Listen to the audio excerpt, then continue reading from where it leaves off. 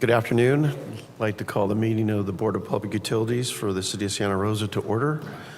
We may have a roll call, please. Board Member Wright? Here. Board Member Mullen is absent. Board Member DeWitt? Here. Board Member Bartholow? Here. Board Member Badenfort?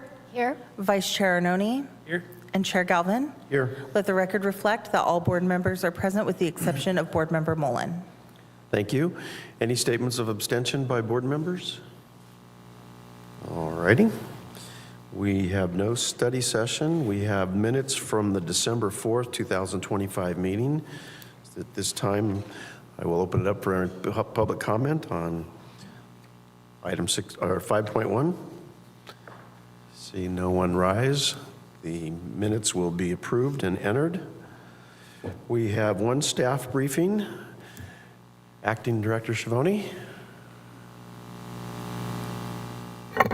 Thank you, Chair Galvin. Introducing, Lisa Kular and Andrew Romero for a water and recycled water update.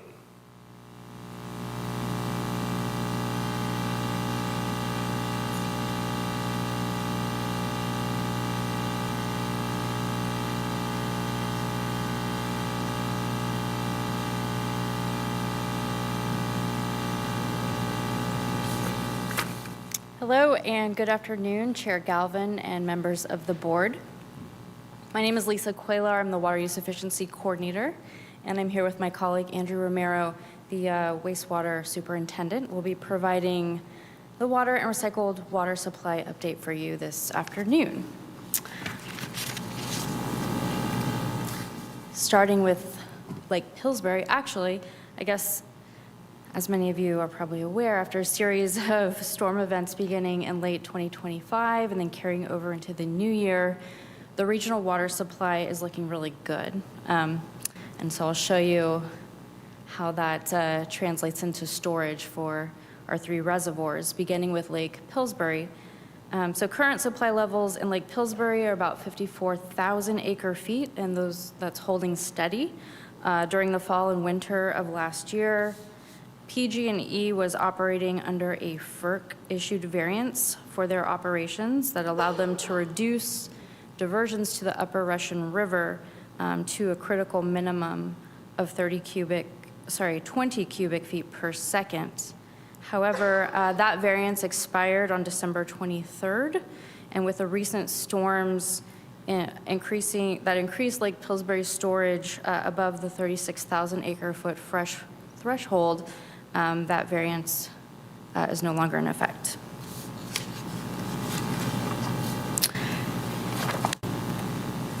Regarding Lake Mendocino storage, Sonoma Water transferred operational storage over to the Army Corps of Engineers for both Lake Mendocino and Lake Sonoma, and that's because around December 25th, when storage levels encroached into the flood control storage pool, the Army Corps then took over, and at 81,000 acre feet in Lake Mendocino, that's 103% of allowable storage for this time of year.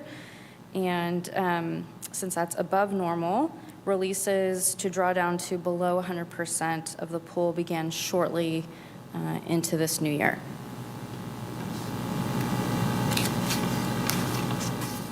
And then lastly, Lake Sonoma storage. It's a little more than 258,000 acre feet, which makes up 102% of the allowable storage for this time of year. That's due to lots of carryover from last water year. And storage there is also being drawn down to manageable levels following recent storms.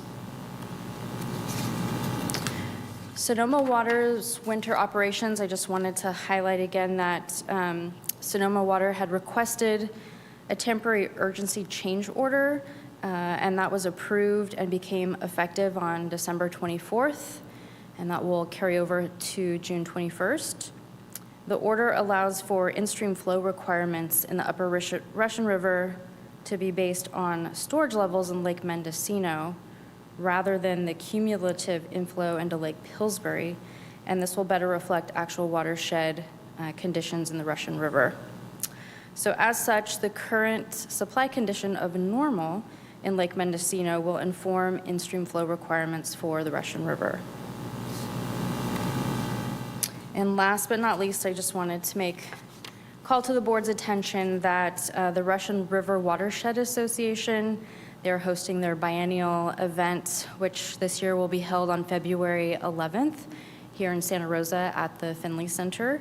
The water use efficiency section, we sit on the planning committee for this event. AB 1572, which bans irrigation on non-functional turf on all commercial, industrial, institutional properties, as well as HOA common areas, will be the focus. And the content there will highlight both impacts and opportunities to keep sites compliant and vibrant for numerous stakeholders that will be impacted by the rule. So I'm participating on the panel, on a panel discussion, and I will certainly provide the utilities perspective regarding the new regulation, and I will highlight the water use efficiencies, customer rebate programs that align well with this regulation, and those include our commercial cash for grass programs as well as our irrigation efficiency programs. And with that, I will turn things over to Andrew. Yeah. All right. Good afternoon, Chairman Galvin and members of the board. My name's Andrew Romero. I'm the Reclamation Superintendent, and I will be providing you with the recycled water update. However, first, I want to acknowledge the picture on the screen. This is the East Station Pump House Replacement Project located across the street from the Laguna Treatment Plant. The pump house is being replaced so that we can continue to protect critical electrical equipment. So this is a recent snapshot of our recycled water storage curve. We are currently at 813 million gallons in storage, which is about 170 million gallons above average for this time of year. Currently, we are pumping 18 million gallons a day to Calpine to manage our storage levels, and staff continue to be prepared for discharge if needed. So that's the update. So any questions? Thank you. Board member questions or comments? All right, we'll take public comment on item 6.1. If anybody wishes to make a comment? Seeing no one rise, thank you for the report. All right, thank you. Thank you, please. You have 3 items on the consent calendar. I'll move adoption of the items on the consent calendar. Second. We have a motion by Vice Chair Arnone, seconded by Board Member Badenfort. Now open it up for any public comments on items 7.1, 7.2, and 7.3. Seeing no one rise, may we have a roll call vote, please? Board Member Wright? Aye. Board Member Mullen is absent. Board Member DeWitt? Yes. Board Member Bartholow? Aye. Board Member Badenfort? Aye. Vice Chair Arnone? Aye. Chair Galvin? Aye. And the consent calendar passes unanimously with Board Member Mullen absent. Thank you. We'll now move to item 8.1, which is a report item. Acting Director Schiavone. Thank you, Chair Galvin. Introducing item 8.1, the recommendation to City Council to approve a grant of easement to PG&E. Celeste Carranza, Associate Real Property Agent, will be presenting.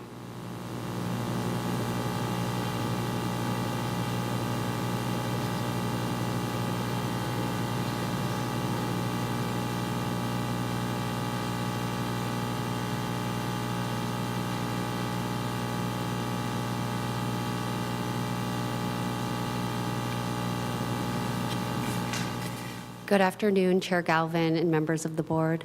My name is Celeste Carranza, Associate Real Property Agent, and with me today is Stephanie Valkovic, Senior Real Property Agent, and we are with Real Estate Services. Today, we are here for the recommendation to City Council to approve the grant of an easement to PG&E over a portion of city property located at 5035 Harville Road.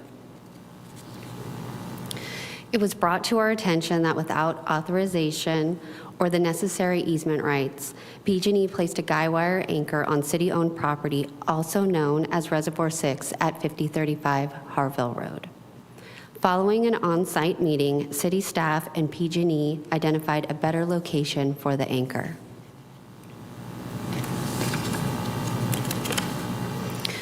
PG&E is requesting a 75-square-foot easement for installation and maintenance of an anchor to stabilize an existing distribution pole. City staff confirmed that the easement will not interfere with current or future operations. The easement is valued at $500, and PG&E has also agreed to pay staff costs. It is recommended by Santa Rosa Water and Real Estate Services that the Board of Public Utilities, by motion, recommend that City Council approve the grant of an approximately 75-square-foot easement to Pacific Gas and Electric Company and authorize the Assistant City Manager to execute the easement deed. Thank you. That concludes our presentation, and we're happy to answer any questions you may have.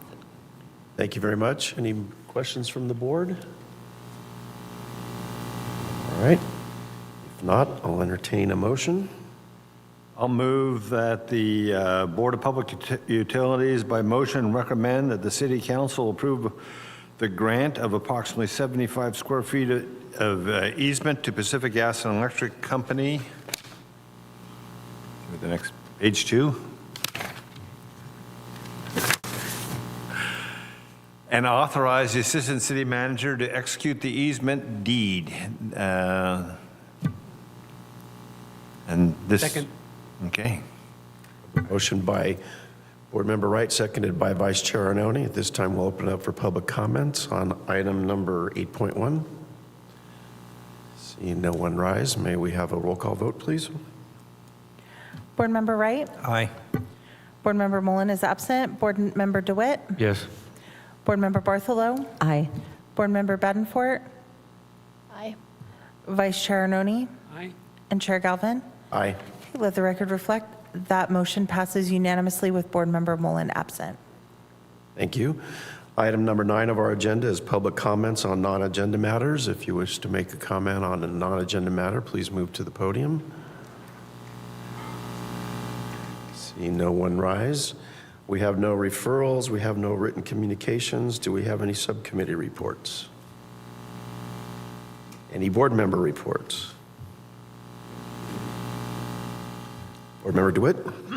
Yes, I wanted to put an official thank you to Santa Rosa City staff to come to Roseland Creek on Wednesday, December 3rd, in which they were able to try to deal with transient vagrants who'd been polluting the creek.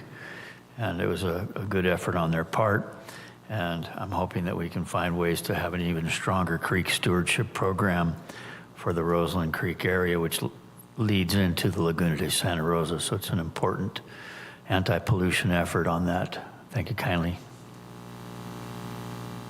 Thank you. Any other questions or comments? We'll open it up now for public comment on item number 13. If you wish to make a comment, please move to the podium. Seeing no one rise. Do we have a director's report? Yeah, thank you, Chair Galvin. I wanted to inform the board that the Lower Colgan Creek Restoration Project is nearly complete, and we're inviting the community and board members to come join our public planting events on January 17th, March 21st, and April 18th. Each event takes place on a Saturday from 9 to noon, and volunteers will meet at Monument Drive and Mojave Avenue. Volunteers can help support native habitat while getting to see the creek's incredible transformation, as well as a sneak peek of the new pedestrian path and future park site. Registration through the Laguna de Santa Rosa Foundation's website at lagunadesantarosa, all one word, .org, under volunteer opportunities is encouraged but not required. All volunteers are welcome. Thank you. Any questions for the acting director? All right, we'll open it up for public comment on item number 14. If you wish to make a comment, please move to the podium. Seeing no one rise, that'll take care of item number 15. We'll now move to closed session. I'd ask Assistant City Attorney Hofstadter to announce the closed session, please. Thank you, Chair Galvin, members of the board. We have one closed session item on the agenda today. It's for conference with real property negotiator under Government Code Section 54956.8. The subject property is located at 3875 Sky Farm Drive. Thank you. Before we adjourn to the Mayor's Conference Room, I'll open it up for any public comment on item number 15. If you wish to make a comment, please move to the podium. See no one rise. We will adjourn to the Mayor's Conference Room, and then we'll come back once we're finished.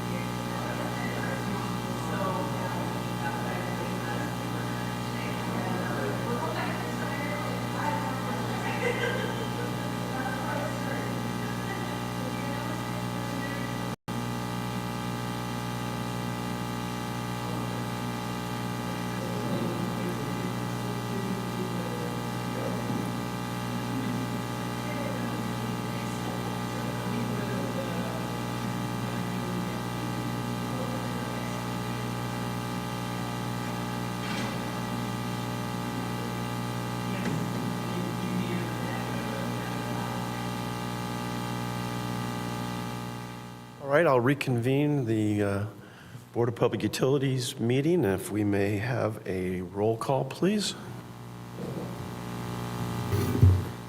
Board Member Wright? Here.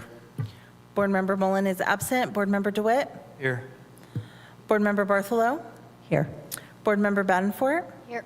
Vice Chair Arnone? Here. And Chair Galvin? Here. Let the record reflect that all board members are present with the exception of Board Member Mullen. Thank you. I would ask at this time that Assistant City Attorney Hofstetter report out on our closed session. Thank you, Chair Galvin, members of the board. There was no reportable action taken in closed session. Thank you. We'll now take any public comments on item 17. If you wish to make a comment, please move to the podium. See no one move. That concludes our agenda for today. We're adjourned. See you in a couple weeks. All right. Thanks.